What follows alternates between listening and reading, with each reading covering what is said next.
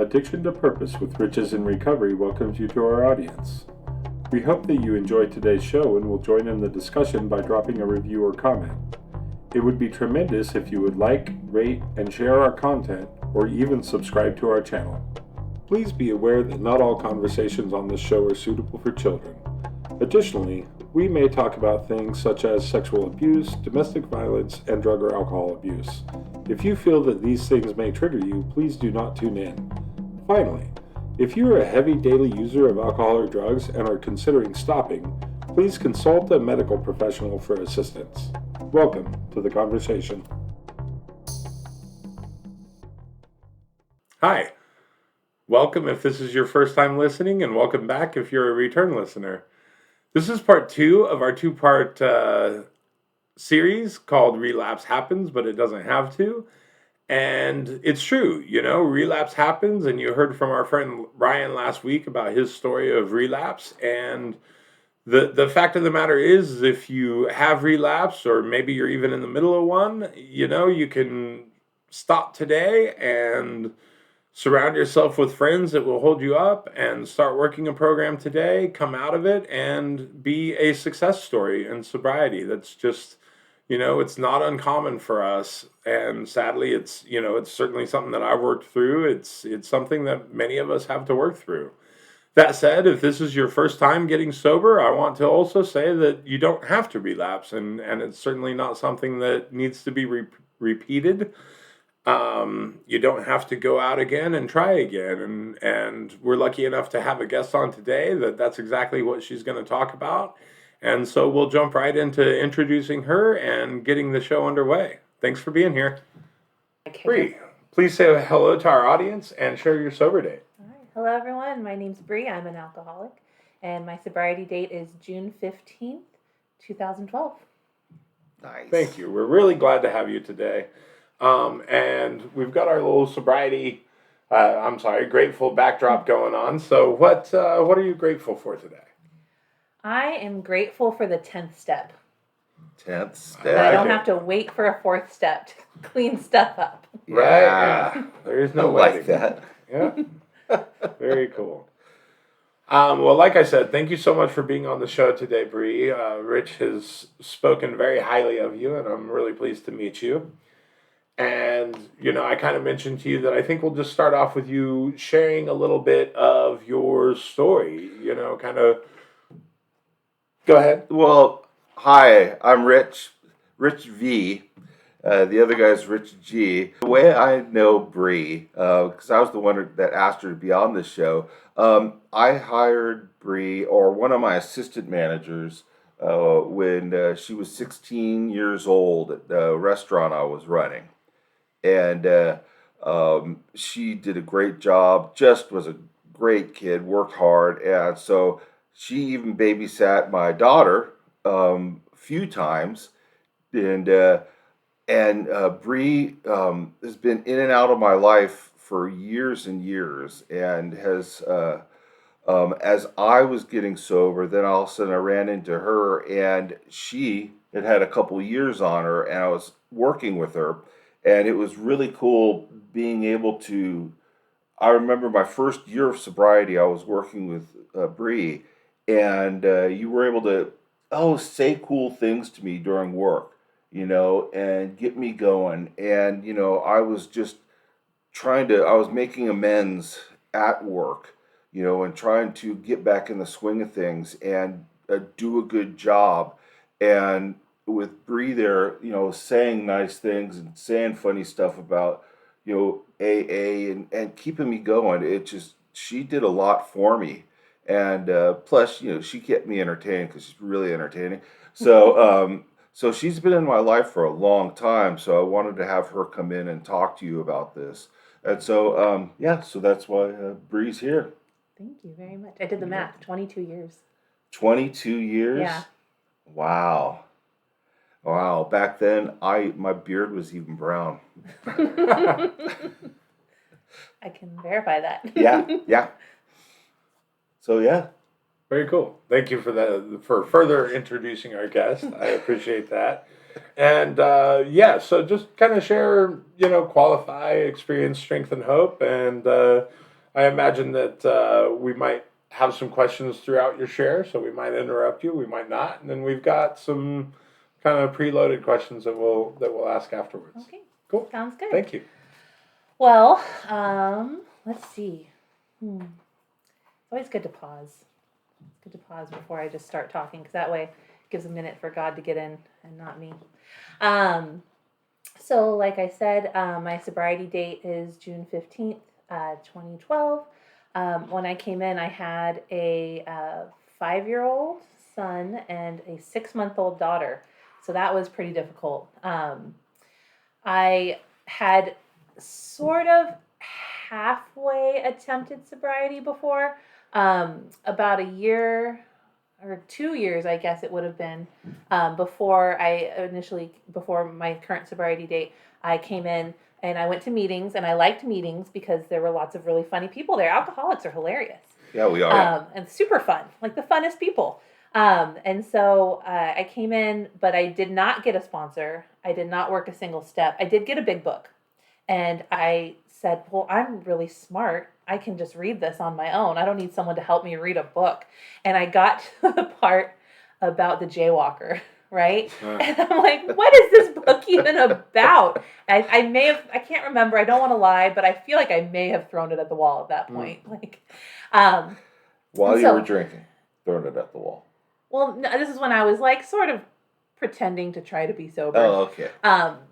Making a big deal about it to everyone. Well, I'm going to AA meetings, and but then I drank again after 3 months because I didn't ever join the program. I didn't have a home group. I didn't have a sponsor. I didn't have any of those things that keep us anchored to the program. So when I came back in 2012, I just knew immediately that I needed a sponsor. Like, I wanted a sponsor as much as I wanted to breathe, basically. And so I said, where do I go? How do I find a sponsor this time? It's really hard asking someone to be your sponsor. It's like asking to, them to date you, Right. Except it's way more intimate. And and so I decided to go to this one meeting that has lots and lots of women, because I was like, I'll definitely find one there. And I found one, and she was really funny, and I wanted what she had, and so I kind of sort of went up and said, "Hi, I'm Bree," and she just took me under her wing, thankfully, because I did not have it in me to ask her to be my sponsor. She just eventually said, "Am I your sponsor?" And I said, "Yes, please."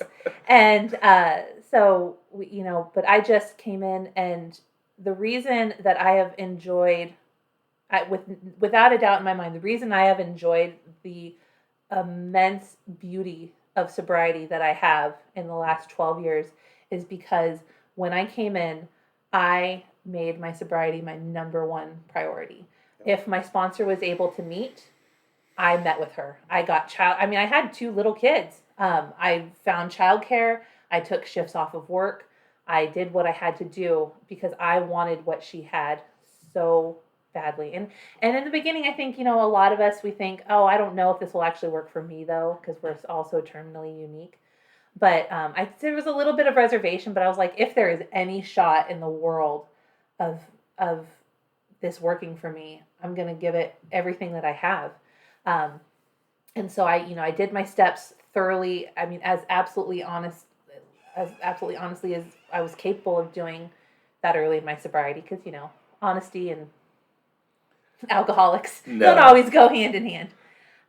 Good at lying, though. Yeah. Thank you. And my life just changed.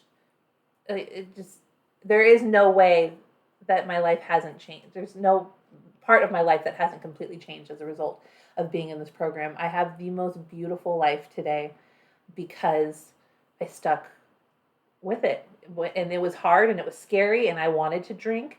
And, when I wanted to drink, I called someone and I said, "Hey, I want to drink." And, when I didn't want to go to a meeting, I called someone and said, "I think I don't want to go to a meeting." They're like, "Oh, no, you're going to a meeting." So you were able to pick up the 500-pound phone. I was, That's because awesome. my sponsor made me call people every single day. And so it just became a habit really quickly. So That's great. That's great. No, that's, they give you that advice. Every sponsor gives you that advice. They talk about it at every meeting, pick up the phone and call.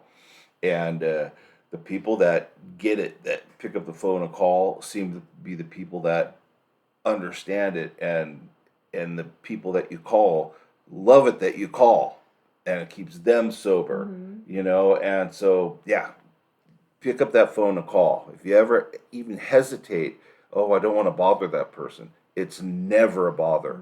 Call, pick up that phone and call. absolutely. Yeah. She used to make me go in person too sometimes. After the meeting, people would go get ice cream. And when I was doing my 5th step, I was struggling. It hurt so bad because I just didn't really think that I was wrong in a lot of those situations. And so it was painful. It was really slow and painful going. And she said, oh, go to ice cream and talk to them about how you're feeling. I said, but I don't know any of them. And she said, great. Go get to know them. Go let them get to know you. And so she was tough, but she was, I know I wouldn't have what I have in my life today if it weren't for her. Yeah, there's some great sponsors in this area for especially for women. There's some great sponsors. Yeah. So what got you in the room in the first place? What landed you there? Well, leading up to my decision to actually go, let me backtrack. I always knew that AA was there.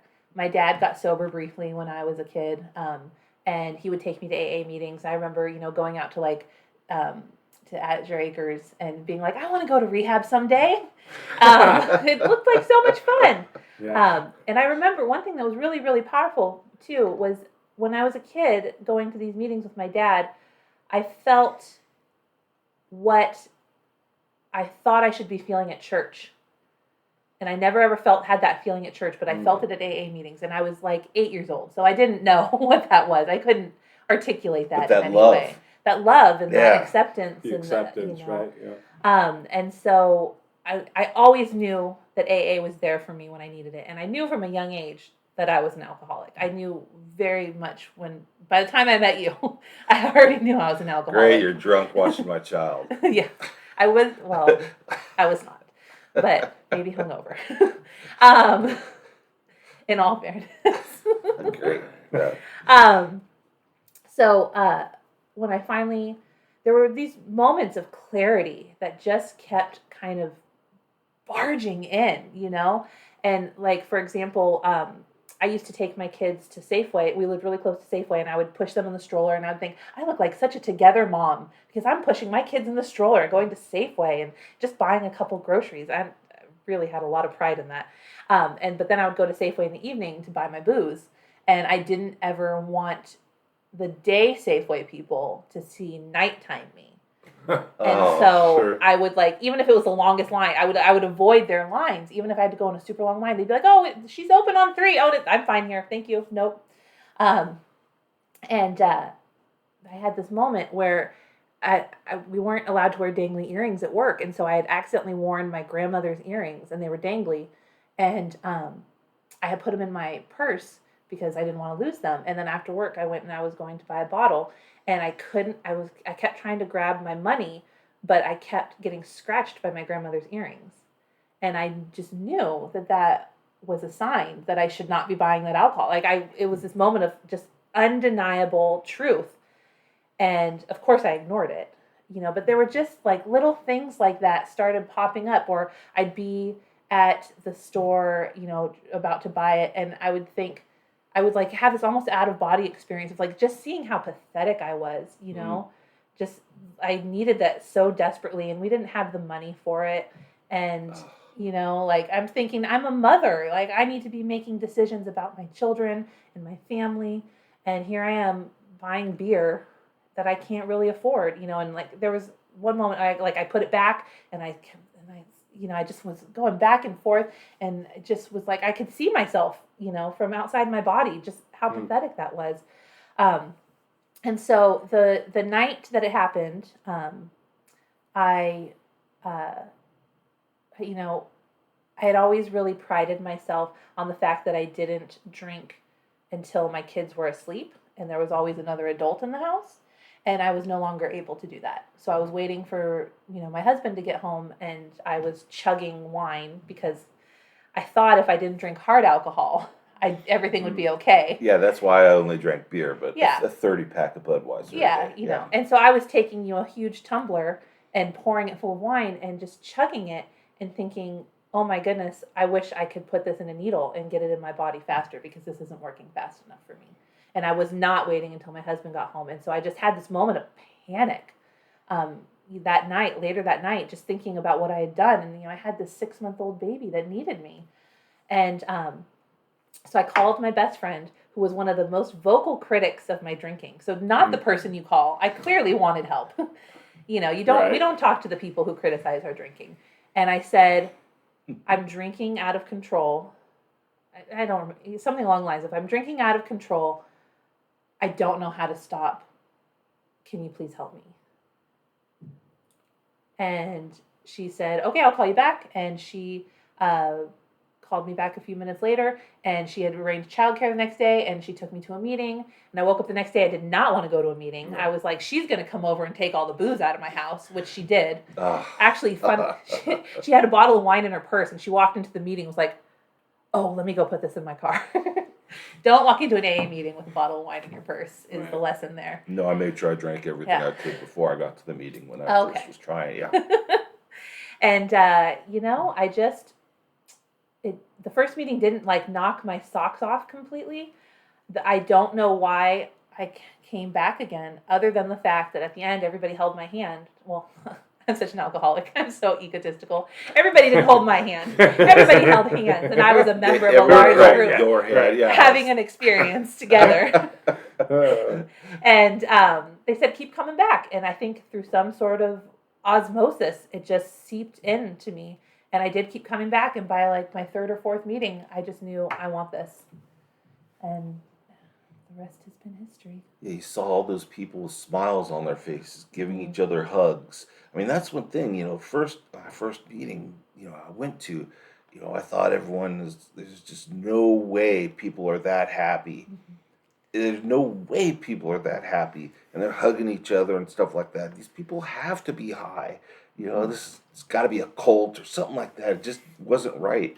And then after a few meetings and getting used to this whole thing, then I wanted to be the one getting hugs. Mm-hmm. I wanted to be, with them getting hugs, getting to know each other and how cool this whole thing is.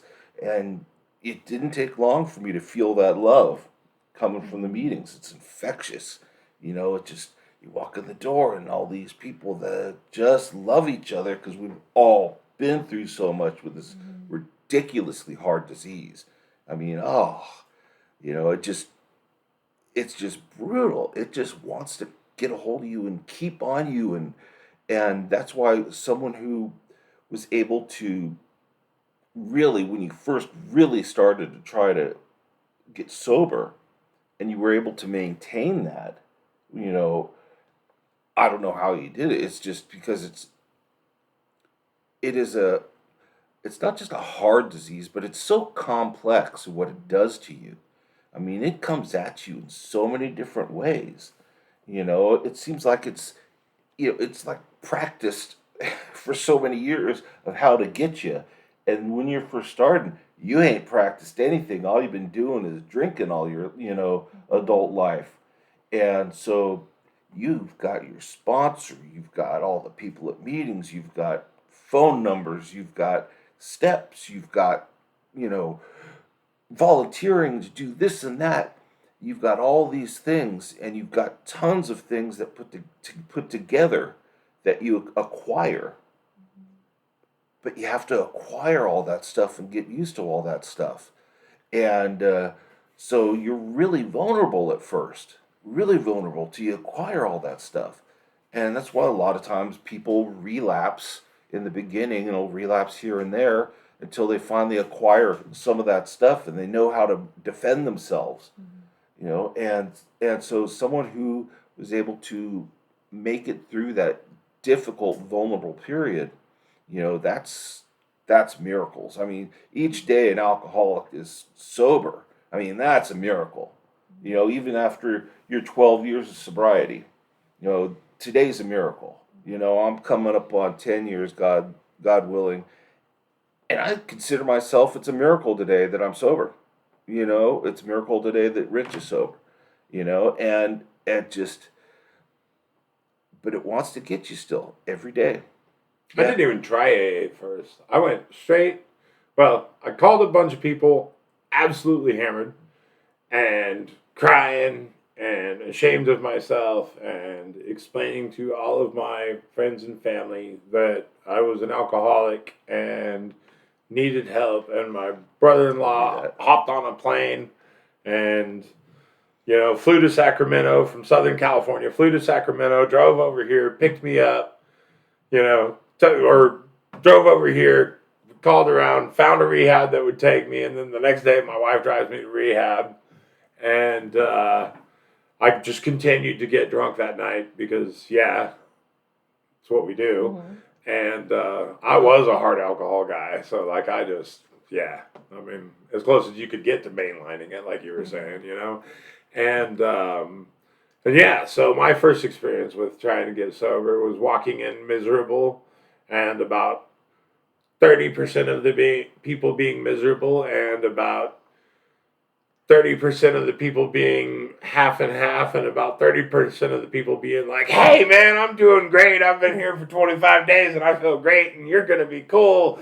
Like, I'm really pleased to meet you. And I'm like, can I just have a cigarette and you talk lower until I get my, detox meds and, start to chill out? And then, after a couple weeks, I was that guy. Like, hey, come here, give me a hug. I'm glad you're here, But and so then somewhere, I moved from rehab into partial hospitalization program for my last week of a 30-day program, and I go to my first AA meeting and kind of had the reaction that Rich had was, okay, what's up with these guys?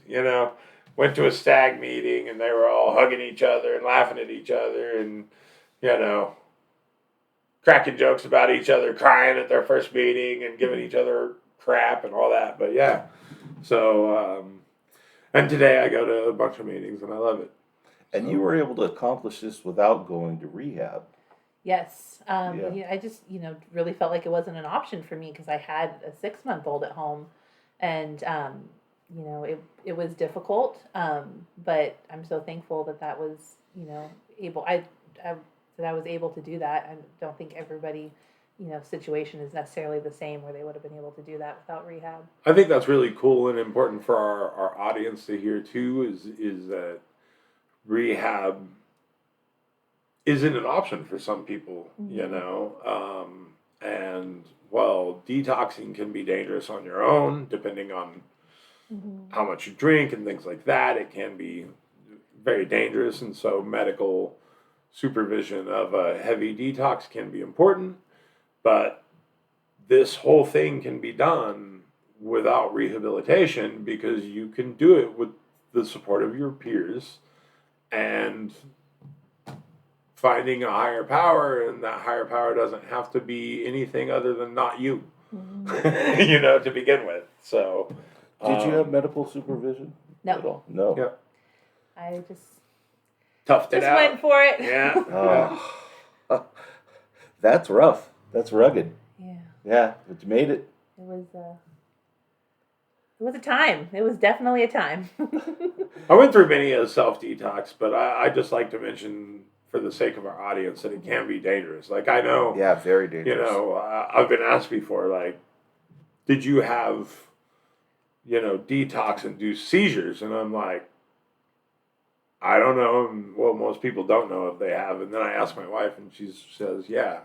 There were moments in bed where you were tossing and moaning, and, you could tell that you weren't there, and so it can really, if you're a very, very heavy drinker or a heavy user of some drugs, the damage that it does to your brain in that moment is quite serious, So, thank you for sharing that with us. That's very cool. I love hearing your story, and I think it's very relatable for a lot of people, and I think it's really important for people to hear. a relapse-free program, as I've mentioned in past episodes, is something of a foreign concept to me. So, what are the top two or three things that you did in early sobriety that you think prevented relapse for you? Um, Definitely talking to my sponsor every day. So I had to call her. She didn't always answer because she had a life, but I had to call her every day. And so we just had a time. I think at 9 o'clock in the morning, I would call her and just say whatever needed to be said, and say, how am I showing up for my sobriety today? What meeting am I going to? Um, and that made it. Let me backtrack slightly. When I got sober, I got this beautiful had this beautiful realization that I don't think was from me at all, because it was not the level of thinking I was capable of at the time. But I knew that I could never lie to my sponsor. And that seems really simple, right? And straightforward. But like, I just kind of knew that was my last line of defense, that once I started lying to her, I was probably going to drink. Yeah. And I don't know where that came from. That was not my own level of thinking. And so having that contact with her every day and having to be honest with her, I think that's an important part of it. Yeah, that is. Then, of course I'm not gonna, I don't want to drink tonight because I'm gonna have to tell her about it in the morning. Right. Or, it just, I think, that knowing that honesty at all costs, and again, as honest as I was capable of being, because I was doing my best. But yeah, that constant contact with her, she still to this day says every day you have to touch the mothership. So you need to talk to a sober alcoholic. You need to, do whatever you need to do to touch the mothership, because you have to remember that you're an alcoholic. Yeah, I live with an alcoholic, so so it's easy for me. Mm-hmm. But when I wasn't, though, I was at work. There was always someone who was sober, Mm-hmm. and yeah, if I didn't touch someone, you know, another sober person in a day, it would just felt like, it didn't feel right. I had to talk to someone, Mm-hmm. in a program, or sober in a day. Yeah, Mm-hmm. always did that. Well, Rich and Always I do talk that. at least 3 days a week, and now with this project, it's a bit more. Almost At daily. least a little bit. A text or a quick chat or something, some sort of an exchange. Even if it's in relation to this is relevant to sobriety, right? Mm-hmm. So it's got yeah. So we're touching a lot. Yeah. Mm-hmm.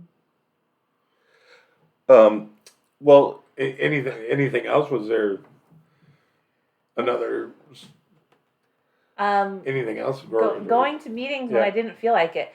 So in my first year of sobriety, I went back to school, and I got pregnant with my third child, and was working my steps and everything. So it was pretty hectic, and I was medically tired. Like, I was really, really tired, Sure. and I just didn't. Go home, take a power nap. Still going to the meeting tonight. And that was really, really built into me of, doing that no matter what. did you ever go to a meeting and after the meeting's over say, God, I wish I didn't go to that meeting? Not really. And so I know, people always say, I've never gone to a meeting and not felt better. I have gone to meetings and not felt better, but it's when I'm like so determined to feel crummy that I don't reach out to the newcomer. I don't, go up at, if someone says, how are you? I'm fine.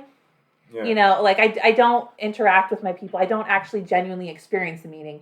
And then I don't get any of the relief from it. But it's like, I have to really, really be determined that I want to feel awful. uh, all right. Now, so since you've been sober, I know some of your story, and some of the stuff, some of the really cool stuff that you've been able to do.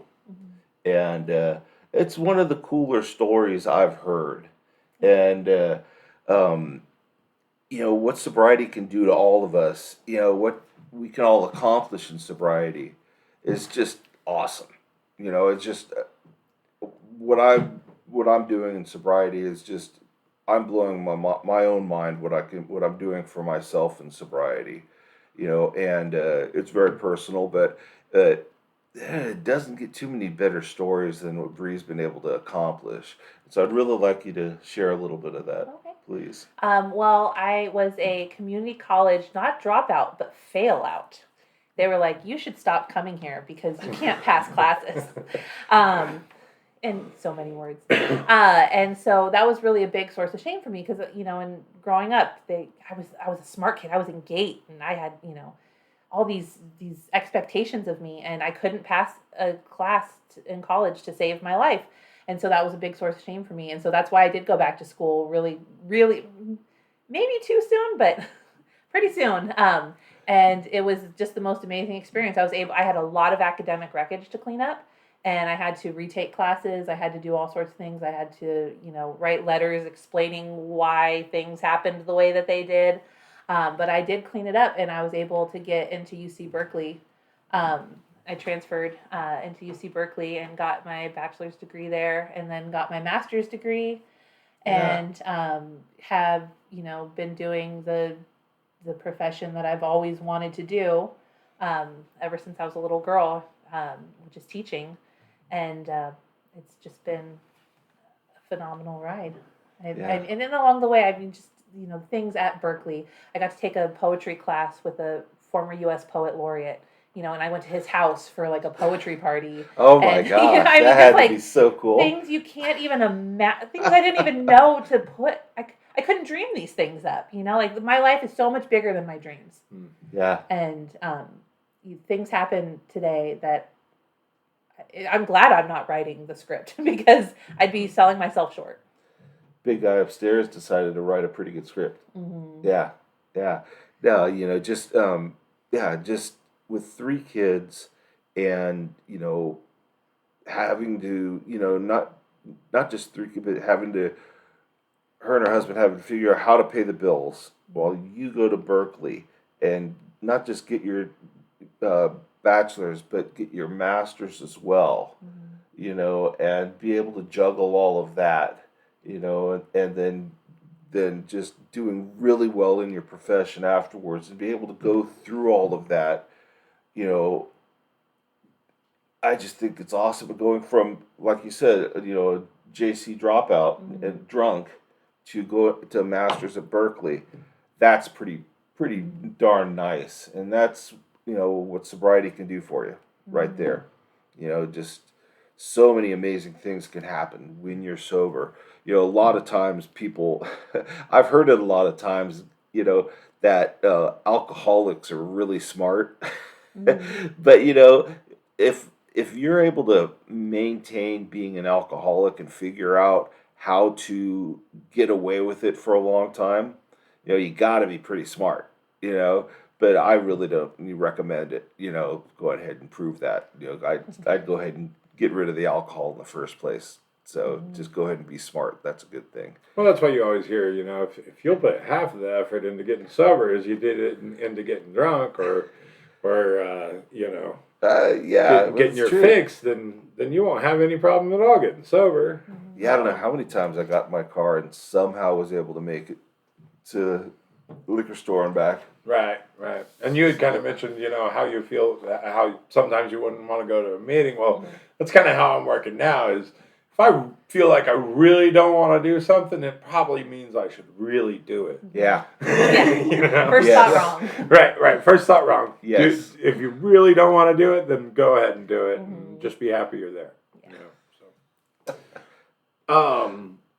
So another something that I was curious about is, now you're 12 years in, so do you still have like an active relapse prevention program, something that if you're feeling real squirrely or something like that you'll be like, okay, roll tape, I'm going to make calls, or I'm going to, is that still something that's active for you? I do, and it's really grown, because one thing that has become really apparent in my time sober is, that I also really have to address my mental health. And so through not only working the program, but also, having extensive therapy, I have been able to create this sort of team around me. My sponsor, my therapist, my psychiatrist, my husband, my sober friends, and all of that, my sober family, really, that they all circle me. And what works for me is there are yellow flags and red flags. So yellow flags are like, I don't really want to go to meetings ever lately. Like, there's never a time I want to go to a meeting. I should be looking out for that. Red flag is I haven't been to a meeting in 2 weeks. And so, one red flag is I start to hate all my friends. Yeah. I'm like, I really am not friends with any. Why am I friends with any of these people? They're all just truly awful. And so that works for me because I like the visual of the flags. And like yellow flags, like, okay, maybe go to an extra meeting or like, send a text to someone. Red flags are like, oh no, I'm on the phone. I'm in, I need to go to a meeting that day. Not just wait for my next meeting to come around. Drag me there kicking and screaming, come get me, kidnap me if you have to. And I like that. I really like when someone else takes charge because I'm a mom and a teacher. And so I'm kind of tired of being in charge all the time. So when someone else just shows up at my house and says, get in the car, we're going to a meeting, that is like the best gift. That's beautiful. I love that. Yeah. Yeah, it's happened to me a couple times. It's great. Yeah.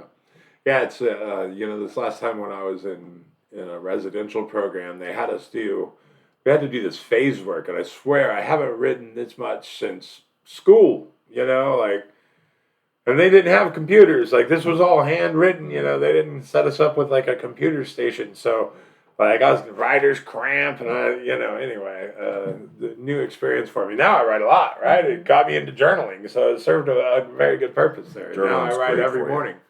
But, one of the things was I felt like they asked 6 different ways, what are the signs of relapse? What's your prevention program? And so we had to write these things out, what are places that you would avoid that could cause relapse? And so those were things that just like, they're really ingrained into your head.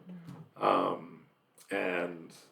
I like the idea of, it makes me think of soccer or football, red card or yellow card or red card, how much of a penalty are you getting ready to suffer, Exactly. I like that. Mine's written out and it's on the front of my refrigerator. Yeah.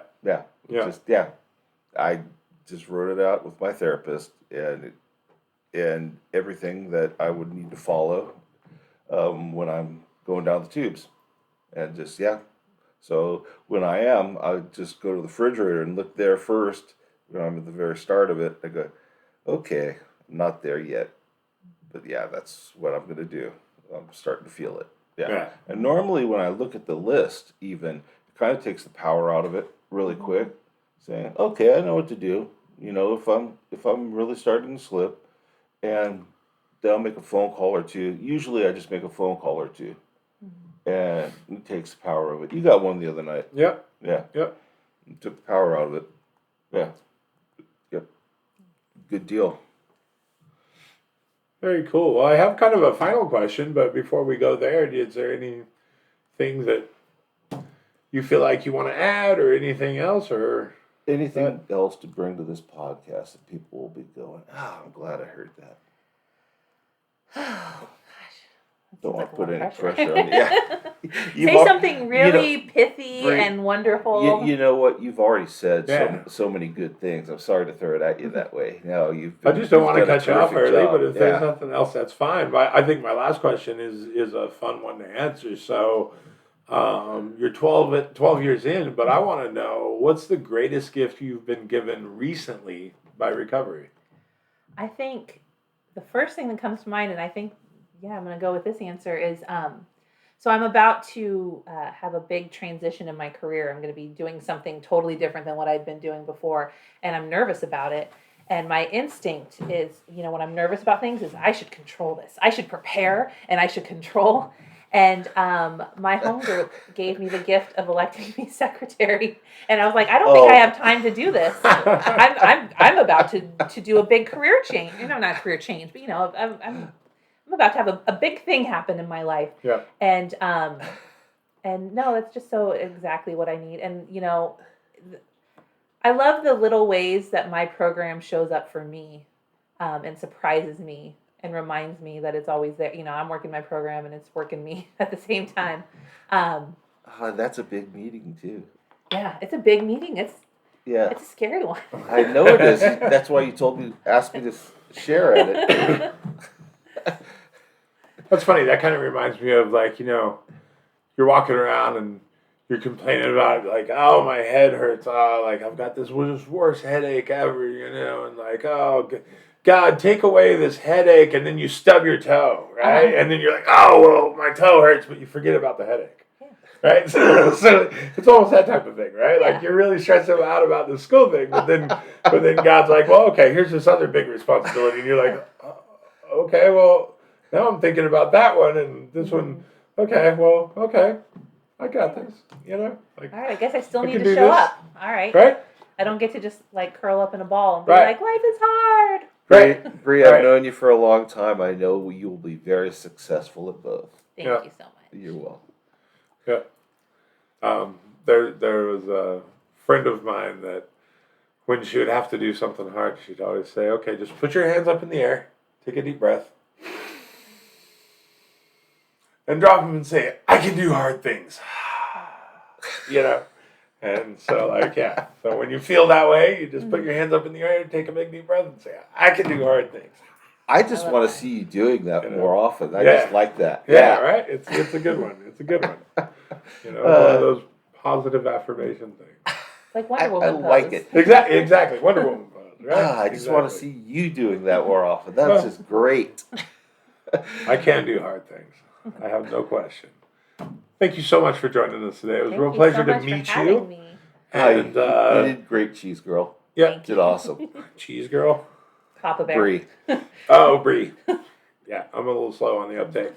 Well, thanks for being here, and I look forward to seeing you around the meeting circuit. Yeah. Yeah, and who knows, we might ask you to come back for another one too. So. All right. Yeah, we might we might have plans to, or we do have plans to do one down the road that is addressing the idea of doing sobriety without residential. So I think that having you and another guest that can kind of bounce off of one another for that concept could be fun. Because you don't have enough stuff going on in your life. All right. We want to add to it. All right. So if you have any questions about today's show or anything else recovery related, please feel free to reach out in our comments section, Facebook, Instagram DMs, or email the Riches. You can find all of that information in the episode description. Thank you to our guests and to our audience for being part of my sobriety today. Thank you so much for giving us some of your time. We really hope you got something out of today's episode. We would be honored if you would like and share the episode or leave a review or comment with your takeaways. Don't forget to subscribe to tune into future episodes. Have a great day.